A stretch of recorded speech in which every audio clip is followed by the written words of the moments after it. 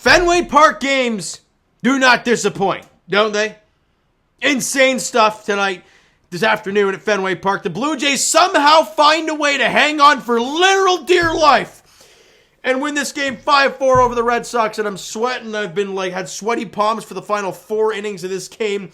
It's absolutely crazy. But the Blue Jays do win it. And at the very least, they've won the series. And having gone 0-for-7 to start against the Red Sox this year, they've now won the last 2. And at the very least have won the series. And at the very, very least, leave Fenway Park up at least, was it 3 games? I think it would be at least 3 games. And with a win tomorrow, it could be 5. So it's a really important one tomorrow. But we'll get into that in a little bit. Let's break down this game. There's so much to touch on. Let's rip through the first, 6 innings quick time, because that 9th inning was wild. But before we go any further, I need to get this thing off my face. So, David Schneider, after his crazy his MLB debut yesterday, decides to go 3 for 3 with a walk and a run scored today. Not a big deal. Doesn't get out once. Never going to get used to that, Davis. Thank you. Oh, God. Anyways, had to shut him out early because I had to get that thing off my face. Now let's break down the game. Top of the 3rd inning, Brandon Belt comes up and he drills one to left field and it's gone over the Green Monster. And the Blue Jays have a 1-0 lead. Big shot for BB, giving the Blue Jays a 1-0 lead. And then let's go a few batters later after George Springer hit singles. He gets all the way around to 3rd with 2 out. Alejandro Kirk at the dish. And he drills one to left center field, and one hops the wall. Springer comes in to score, and the Blue Jays have, look, as great as yesterday was, they were 0-for-7 with runners in scoring position. So that thing was still lingering over our heads. But not today. Kirk goes 1-for-1 there with guys in scoring position, and the Blue Jays have a 1-2 lead. Great stuff from Alejandro. Then, a couple batters later, after Matt Chapman gets on, Kirky ends up at 3rd base. Dalton Varsho slaps one to left field for a base hit. Kirky comes in to score. The Blue Jays lead 3-0. They had 2 hits with 2 out and guys in scoring position. They had 2 hits with runners in scoring position in 1 inning. What the hell is this team about now? I mean, have they figured it out? I'm not going to get too excited. But it's nice to see. And the Blue Jays lead at 3-0. Nothing but good vibes happening right now. We go to the bottom of the 4th inning, and as much as I love what Jose Barrios did today, I do not love the pitch mix to Rafael Devers. You know why? It wasn't a mix. He threw 4 slate, well, interesting word choice there. 4 straight slurves. Why? The 4th one was not even close to the strike zone, but Devers was looking for it, and he literally golfed it into the seats. It's a tie game at 3. Don't understand that. Throwing the same pitch 4 times in a row to Rafael Devers. What? Let's move forward, though. Top of the 6th inning, Brandon Belt comes up with the bases loaded and 1 out. And he gets an 0-2 pitch right down the middle. Not sure why, but whatever. And he dumps it into left field for a base hit. In comes David Schneider, of course, because of course he was on.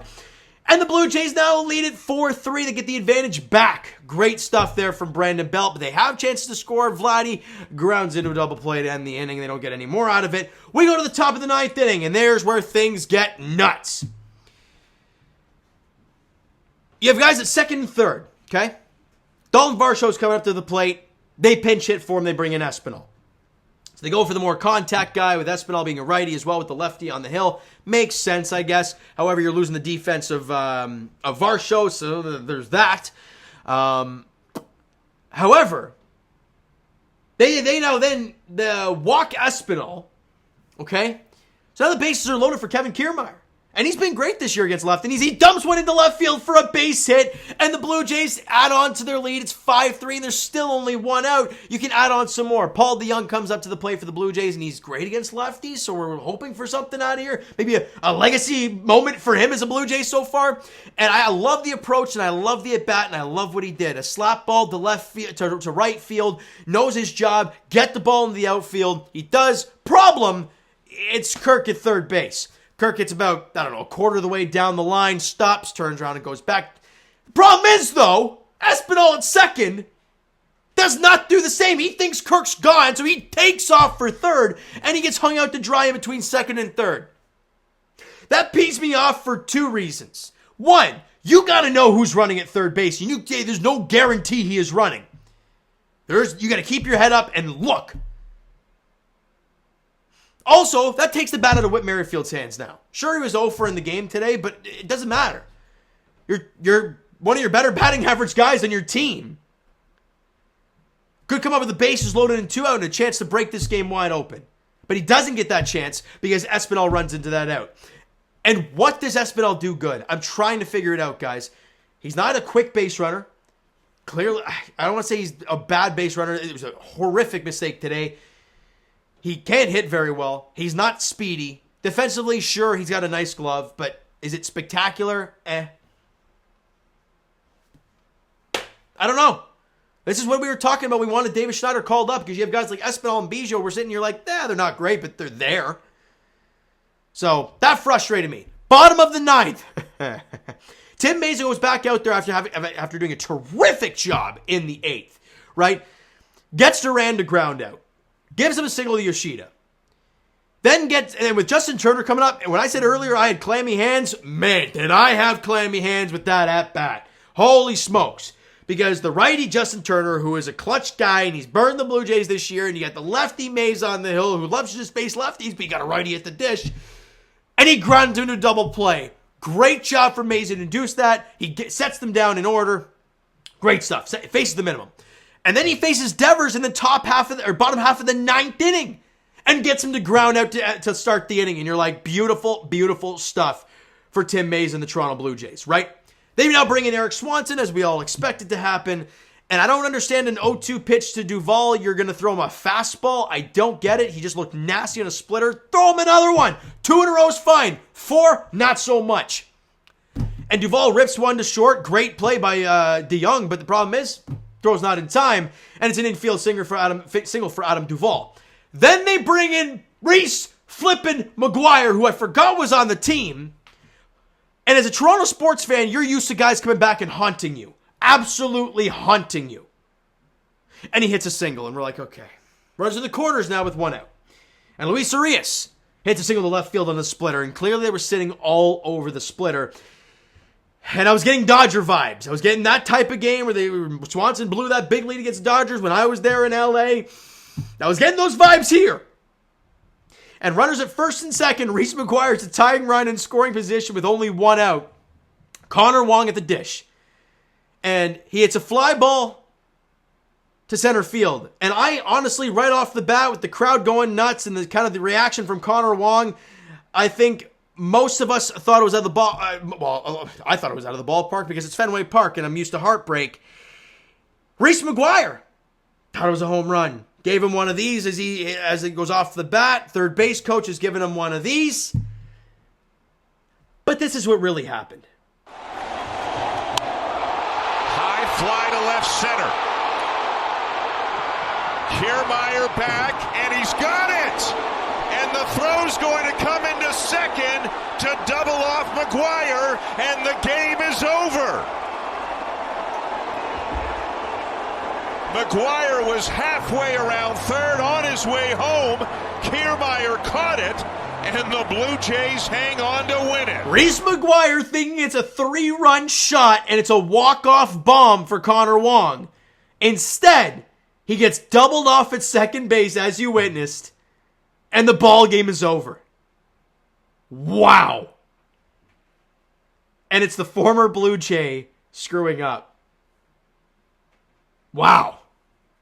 Let's get to these team stats, because that was a wild, wild, wild finish. All right, offensively, let's go to the key players in the game. I'm not going to rip through everybody, because there were some 0-fers and 1-fers, and who wants to talk about that? But George Springer, having that long 0-for streak of not getting a hit, went 4 for 4 with 2 runs scored today.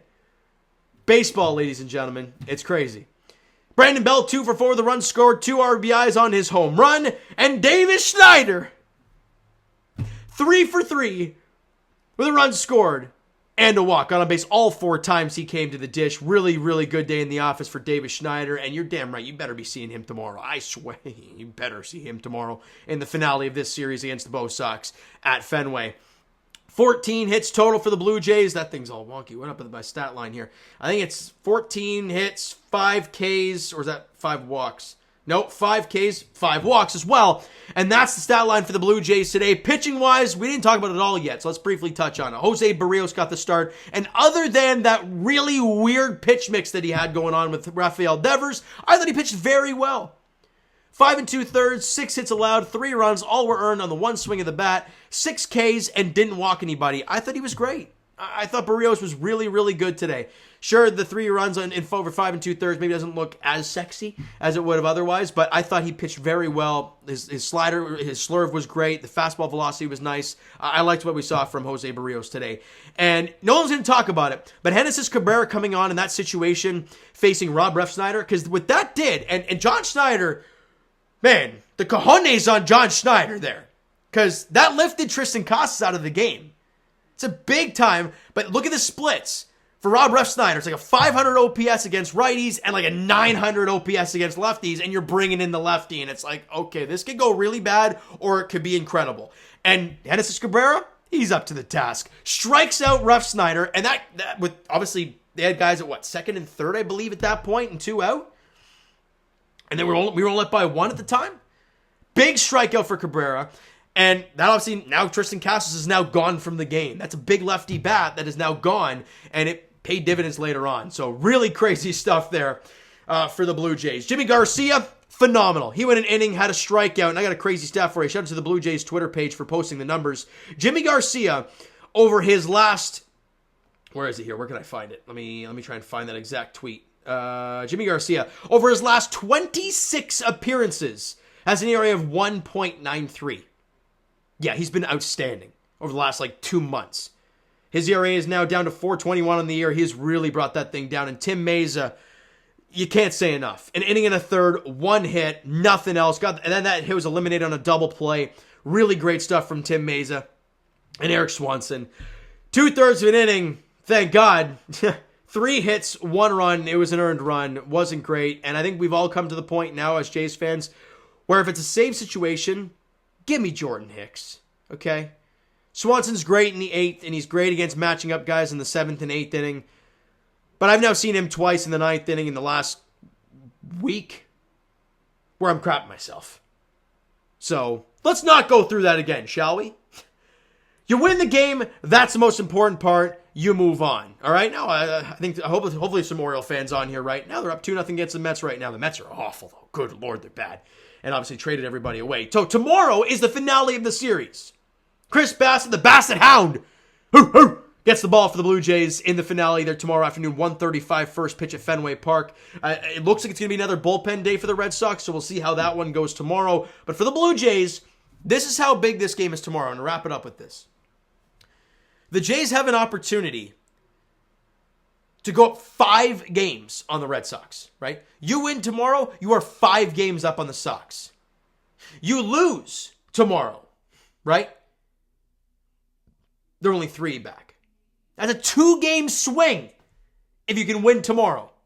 It would be massive, and it would also put them 4 losses behind you in the loss column. And of course, I'd be able to bring out my nasty broom. So let's make it happen. Bassitt Hound, let's get it done. Blue Jays offense, let's get it rolling. Look, as much as they got the hits with runners in scoring position today, there were 2 instances today where they had bases loaded, 1 out in the 6th inning and later, and they did not capitalize on either, right? Obviously, the Espinal nonsense that we saw and the Vladdy double play. You want to capitalize some more, especially at Fenway Park. You cannot allow them to hang around. But you got the job done. You won 2 in a row. You move on. All right. So you know what, guys? That is going to do it for this one. If you enjoyed the video and the W today, smack that like button. Do appreciate it. Hit the subscribe button. You guys not already, comment down below. Thoughts on the video, thoughts on the game. Would you like, would you not like from today's game for the Toronto Blue Jays? Twitter, Discord, Instagram, TikTok. All that stuff is down below. So follow up there if you guys have not done so already. And I will talk to you guys, of course, Jays edition tomorrow. The finale of the 3-game set against the Red Sox at Fenway Park. Chris Bassitt gets the hill for the Blue Jays. Bullpen day for the Red Sox tomorrow. So thank you guys so much for listening and watching. Hope you enjoy the video and the result. We'll talk to you guys then.